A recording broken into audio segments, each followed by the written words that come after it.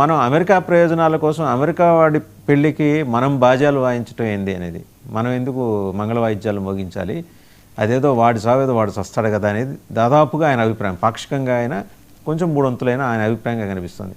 మనం ఎందుకు వెళ్ళాలి బేసిక్గా, దీని వెనకాల మన ప్రయోజనాలు ఉన్నాయా లేకపోతే అమెరికా ప్రయోజనాల కోసం మనం తాళం వేస్తున్నామా, అదే ఆయన క్వశ్చన్. మనకి ఎక్కువ ప్రయోజనాలు కనిపిస్తున్నాయి. ఎందుకంటే మనం కొత్తగా ఆర్టిఫిషియల్ ఇంటెలిజెన్స్ లో చాలా వరకు లీడ్ తీసుకోవాలని చూస్తున్నాం.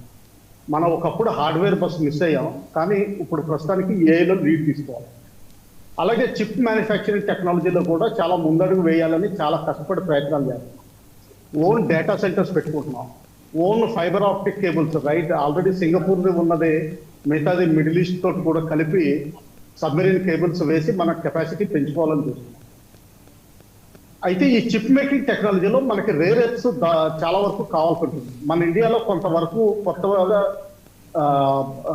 మైనింగ్ చేసే అవకాశాలు కనిపిస్తున్నాయి కర్ణాటకలోను, మహారాష్ట్రలోను, రాజస్థాన్ అండ్ జమ్మూ కాశ్మీర్లో. అయితే కొన్ని మినరల్స్ మాత్రం మన ఇండియాలో అవైలబిలిటీ లేదు. ఇంకోటి కావాల్సింది ఏంటంటే మనకి టెక్నాలజికల్ నోహౌ.